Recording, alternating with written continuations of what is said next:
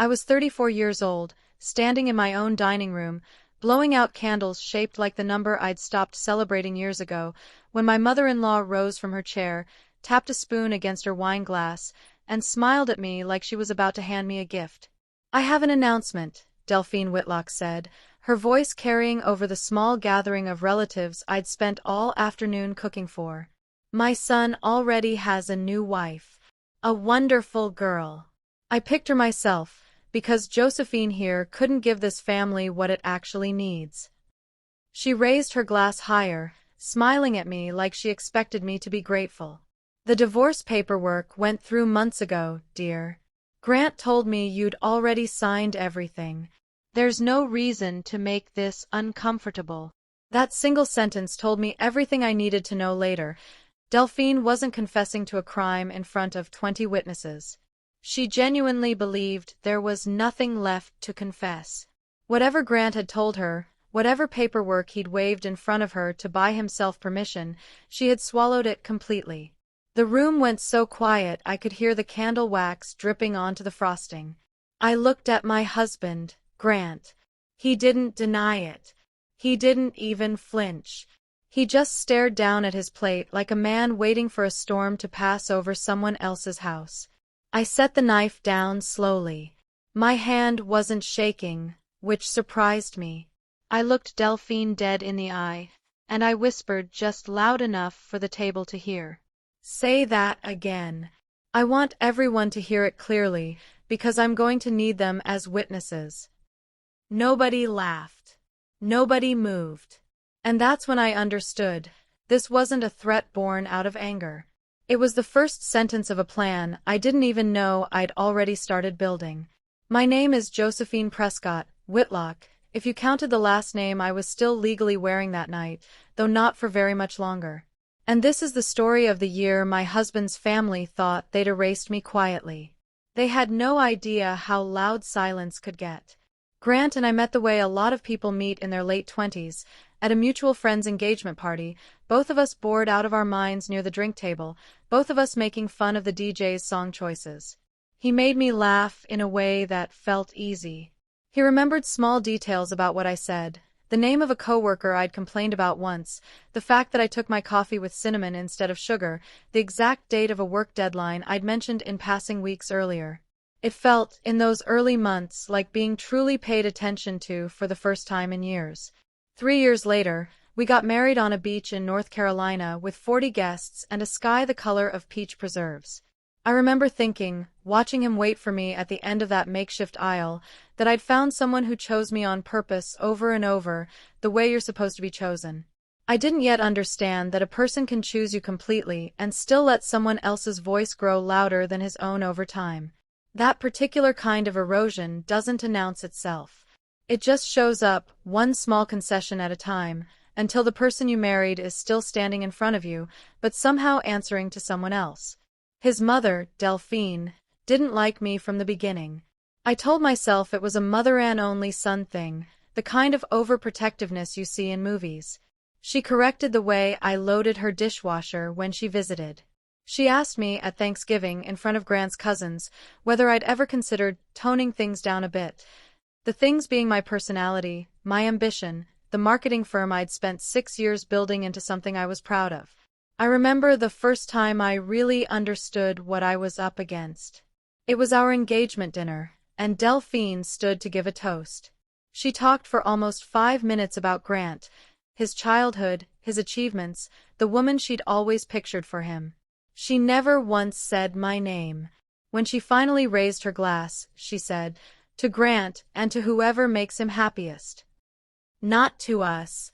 Not to me. Grant squeezed my hand under the table like that was supposed to make it better. I built my marketing firm from a card table in our first apartment into a business with 11 employees and clients across 3 states. Grant used to brag about it to his co-workers. Delphine, when she found out how much revenue we'd brought in one particularly strong quarter, asked me if I'd thought about scaling back once the babies came. There were no babies yet. There was no guarantee there ever would be.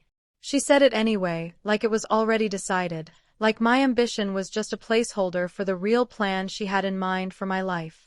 I let it slide. Family is complicated, I told myself. You pick your battles. The real trouble started 2 years into our marriage, when we began trying for a baby and it didn't happen the way the pamphlets promised it would. Then it didn't happen the way the specialists promised either. 2 rounds of treatment. 2 losses that flattened something in me I didn't know could be flattened. Grant said all the right things in the beginning. We'll get through this together. It doesn't change anything between us. But somewhere around month 18, the way he said those words started sounding rehearsed, like a script he no longer believed in but kept performing out of habit. Delphine, meanwhile, stopped pretending entirely. She started introducing me at church functions as Grant's wife, instead of using my name. She'd bring up her friend's daughter-in-law who just had twins, unprompted, at dinners where the only other people at the table were me and Grant. She once told me, over coffee she'd invited herself over for, that a family needs an heir, not just a marriage. After the second loss, I stopped going to those dinners altogether for a while. I told Grant I needed space from his mother, just for a few months, just until I could sit in a room with her without my chest going tight. He agreed, in the moment. Then, 3 weeks later, I found out he'd been going to her house alone, twice a week, without mentioning it to me. When I asked him about it, he said, "She's my mother, Joe. I can't just cut her off because you two don't get along." He said it like the two things were equal. My grief and her disapproval, my healing and her comfort. I didn't realize until much later that those visits were exactly when the seeds of everything else got planted. I should have left then. I know that now. But I loved my husband, or the version of him I'd married, and I kept believing that version was still in there somewhere, buried under his mother's expectations. 3 weeks before my birthday, Grant told me he had a 3-day sales conference in Charleston. I helped him iron his shirts. I dropped him at the airport myself. I had no idea I was helping him pack for his own wedding. What I didn't know, what I wouldn't learn until months later, was that while I was quietly grieving every failed treatment, Delphine had already started interviewing candidates. That's not a figure of speech. She had, by her own later admission, been introducing Grant to appropriate young women at country club events for almost a year, presenting it to him as harmless social mixing while slowly building a case in his mind that his marriage to me was a mistake he could still walk back. And Grant, weak in the specific way that men raised to never disappoint their mothers are weak, let her. The woman's name was Kayla Winters, 26, recently graduated, from a family Delphine had known socially for years. I found this out roughly 14 minutes after my own birthday dinner imploded, because once Delphine had said the words out loud, she saw no reason to stop talking. They had a small ceremony in Charleston 2 weeks ago, she said, refilling her wine like she was discussing a garden party. Just family. Well, my side of the family. I turned to Grant. You got married. While you're still married to me. He finally looked up. Joe, it's not. It's complicated. Mom set up an arrangement with a lawyer in another state. He said there were ways to. Ways to what, Grant? You can't get a marriage license without proving you're divorced. That's not paperwork, that's a legal requirement. Grant wouldn't meet my eyes. The county in South Carolina doesn't cross-check out-of-state records the same way. I signed the application as divorced. The lawyer said as long as nobody flagged it, it would just go through. So you lied. On a legal document. Under oath. Joe. That's not a loophole, Grant. That's fraud. Because that's what it was. Whatever arrangement his mother's lawyer had cobbled together, whatever paperwork they thought they'd quietly filed somewhere Grant assumed I'd never look, the truth was simple and it was ugly. My husband had entered into a second marriage while our first one was still legally active. There is a word for that, and it isn't a complicated family situation. It's fraud. It's a felony in most states. And apparently, in the Whitlock family, it was also a birthday party announcement. I didn't scream. I didn't throw anything, though God knows I wanted to. I stood up, thanked my guests for coming, and asked everyone except Grant and Delphine to leave. Then I sat back down at my own table, in my own home that I'd paid half the mortgage on for 6 years, and I asked one question. Does Kayla know I exist? Delphine's silence answered for her. Here's something I didn't tell anyone that night, not even in my own head, fully. 6 months earlier, after a conversation with Grant that felt too smooth, too rehearsed, too full of phrases like long-term thinking and what's best for the family legacy, something in me had quietly clicked into a different gear. I'm a marketing strategist by trade. My whole career is built on noticing patterns before other people do, reading behavior, predicting moves, understanding what people are building toward before they've said it out loud. I'd started noticing patterns in my own marriage. So I did what any careful person would do when their gut starts sending up flares. I started keeping records. Not out of paranoia, out of habit, the same habit that made me good at my job. Emails Grant thought he'd deleted. We'd once set up a shared iCloud family account for our wedding photos, and he'd forgotten some of his older message backups were still quietly syncing to it, including texts with his mother he never meant for me to see. Bank statements showing withdrawals to a law office in a different state that had nothing to do with our life together. A calendar invite, accidentally shared to my email months prior, titled simply, Charleston, KW, Final Details. I hadn't understood what I was looking at, not fully, not until that night. I remember staring at that calendar invite for almost 10 minutes, telling myself it was probably nothing, a work trip, a coincidence, initials that meant nothing at all. But the version of me that built a career on reading patterns before anyone else noticed them wasn't willing to just look away. So I saved everything. Every strategist keeps her data in one place, ready for the moment she needs it, even when she's praying she never will. That moment had just introduced itself to me over birthday cake. The next morning, I didn't cry in front of anyone. I drove to the office of a family law attorney named Priscilla Doyle, a woman with a reputation in our city for being quiet, precise, and absolutely relentless once she had what she needed. I laid out everything I had on her desk, printed, organized, time-stamped. She read through it for almost 20 minutes without saying a word. Then she looked up at me and said, "Mrs. Whitlock, do you understand what you're sitting on?" I told her I understood it was bad for Grant. She corrected me gently. "This isn't just bad for Grant. Falsely declaring himself divorced on a marriage license application is fraud on its own, separate from the marriage itself.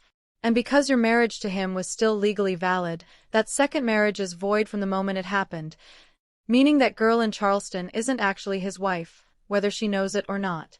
Depending on what your husband and his mother did with joint accounts, property, and any misrepresentation to that second family, we may be looking at charges that reach well beyond just the marriage." I asked her what that meant for me. "It means," she said, "that instead of you having to fight for what's fair in this divorce, your husband and his mother just handed you every piece of leverage a person could ask for. The only question now is how you want to use it." I thought about Delphine's face at the table, smiling like she'd delivered a gift. I thought about Kayla Winters, 26 years old, likely told some version of events that made her an unknowing participant in someone else's cruelty. I didn't want to destroy an innocent young woman's life. I wanted the two people who'd built this entire scheme in the dark to finally stand in the light. "I want it done properly," I told Priscilla. "Legally. Publicly, if it has to be. But properly." Over the following weeks, the structure of my old life came apart in ways Delphine clearly hadn't anticipated when she stood up at my birthday table and lit the fuse herself. First came the annulment filing on Kayla's side, once her own family lawyer got involved and realized what Delphine had actually arranged behind the scenes, a marriage built on a lie so basic it invalidated itself. Kayla, to her credit, was horrified when she learned the truth. She hadn't known Grant was still married. She'd been told by Delphine herself that his divorce was already finalized, just a formality left to file. She'd been used exactly the way I had, just from a different angle. Second came the financial reckoning. Priscilla's investigation, paired with a forensic accountant, uncovered that Grant, with his mother's guidance, had been quietly moving money out of accounts we jointly owned for almost a year, funneling funds toward what turned out to be a down payment on a house for his new life. Money from a business account tied to my marketing firm, money he had no legal claim to, money that had been moved without my knowledge or signature. That wasn't just a marital issue anymore. That was theft, plain and documented. The forensic accountant walked me through it line by line one afternoon in Priscilla's office, spreading printed statements across the conference table like evidence in a trial, which, in a sense, it was. 7 transfers over 11 months.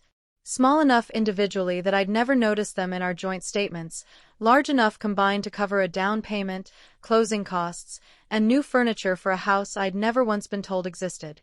Priscilla said the pattern was almost textbook. Slow enough to avoid suspicion, but consistent enough that a forensic review would catch it in an afternoon. People who do this, she told me, always assume nobody's going to look. They never plan for someone who actually knows how to read a spreadsheet. I filed a police report the same week on Priscilla's advice, not out of vengeance but because she said it mattered for the civil case later, a paper trail showing I'd taken it seriously from the beginning, not just used it as a bargaining chip in the divorce. Third, and this was the part that finally made Delphine stop smiling in every room she entered, was the community reckoning. Delphine Whitlock had spent decades building a very particular reputation in our town, the pillar of her church group, the woman other mothers asked for advice, the self-appointed authority on what made a family proper. When the story came out, not because I leaked it dramatically, but because court filings are public record and small towns talk, the same social circles she'd used to shame me for years began asking her very different questions. How does a mother arrange a secret second wedding for her married son? How does a woman who prided herself on family values orchestrate a fraud case? I ran into her once, months into the proceedings, at the grocery store neither of us had bothered to stop shopping at. She looked smaller than I remembered, not physically, but in the way people look when a room has finally stopped arranging itself around them. She kept her eyes on her cart and turned down the next aisle before either of us had to decide whether there was anything left to say. I heard later, through a mutual acquaintance, that her church committee had quietly asked her to step back from organizing the spring fundraiser she'd chaired for 9 years running. Nobody accused her of anything outright at the meeting. Nobody had to. The filings were public record. The local paper had run a few paragraphs on the annulment case, and small towns don't need a verdict read aloud to reach one of their own. I never had to destroy Delphine's reputation. The court records did that for me. There's a particular kind of quiet you don't understand until you've lived inside a marriage that was quietly rotting for years. The birthday dinner wasn't the beginning of my pain. It was the moment the pain finally became visible to everyone else, the moment it stopped being something only I had to carry. Grant tried, weeks later, sitting across from me in Priscilla's conference room, to explain himself. He said his mother had worn him down for years, that she'd made him believe a wife who couldn't have children wasn't really building a family, that somewhere along the way he'd confused his mother's approval with his own conscience. I told him the truth, plainly, without raising my voice. You didn't lose your conscience, Grant. You handed it to your mother a long time ago and never asked for it back. I'm not the one who failed this marriage. I'm the one who kept showing up to it. He didn't have an answer for that. People rarely do, when you hand them the truth without any decoration.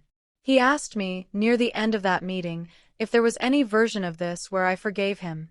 I told him forgiveness wasn't off the table, but forgiveness and consequences were 2 different things, and I wasn't going to let him collapse them into one just because he was uncomfortable. You can work on becoming someone worth forgiving, I said. That's not my job to do for you. Priscilla, sitting quietly at the end of the table, didn't say a word. She didn't need to. Some meetings don't require a lawyer to win them. They just require the truth to finally be in the room. The final settlement, once everything was untangled, wasn't just favorable to me. It was, according to Priscilla, one of the cleanest cases of leverage she'd seen in years, because Grant and Delphine had done something almost unthinkable. They'd documented their own scheme in writing, convinced they'd never be questioned. I walked away with my marketing firm fully intact, full ownership restored over the funds that had been drained without my consent, and a settlement large enough that I never had to worry about starting over from nothing. Grant, facing the possibility of formal charges tied to the falsified license application, agreed to a settlement that included a full accounting of every transfer, an admission built into the paperwork that acknowledged the funds were taken without my consent, and a restitution schedule his own attorney didn't bother fighting. Priscilla told me afterward that most people in his position hold out for a fight. Grant didn't. I think some part of him had been waiting his whole adult life for someone to finally hold him accountable for something, and some smaller part of him was almost relieved when it finally happened. Kayla reached out to me herself, about 2 months after everything came apart. She asked if we could meet, and I almost said no.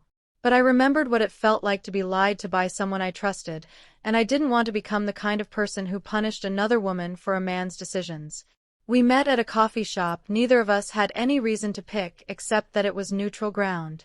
She looked younger than 26, and she looked tired in a way that told me she hadn't slept much since the truth came out. She apologized before she'd even sat down all the way. "I didn't know," she said. "Delphine told me the divorce was finalized in the spring. She showed me paperwork. I know that probably sounds naive." "It doesn't," I told her. "It sounds like someone lied to you with the same confidence she lied to everyone else."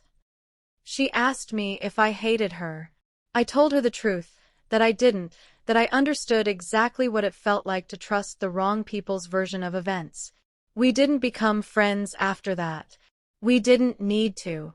But we both walked away from that coffee shop understanding that the only person who owed either of us an apology was still busy avoiding phone calls from her own church committee. Delphine Whitlock, the woman who once told me a family needs an heir, not just a marriage, ended up losing the very thing she valued more than either, her reputation. The country club she'd built her entire social identity around quietly stopped inviting her to events. Her son, the golden child she'd spent his whole life protecting from consequences, finally had to face one on his own, without her standing between him and the world. As for me, I sold the house neither of us could stand living in anymore. I moved somewhere new. I rebuilt my firm bigger than it had ever been. Heartbreak became the fuel I used to rebuild everything, once I finally stopped spending my energy trying to be small enough for other people's comfort. I still remember standing at that table, candle smoke curling up toward the ceiling, my mother-in-law smiling like she'd already won. She thought she was announcing my ending. She was actually reading the first line of my beginning. Here's what I've learned since that night. Some people will only ever respect the version of you that has already stopped needing anything from them. The moment you stop begging for a seat at their table, they suddenly notice you were the one who built it. If someone in your life has ever tried to quietly replace you instead of honestly facing you, how did you find out, and what did you do the moment you knew? Don't forget to subscribe to Sophie Revenge for a brand new story every single day.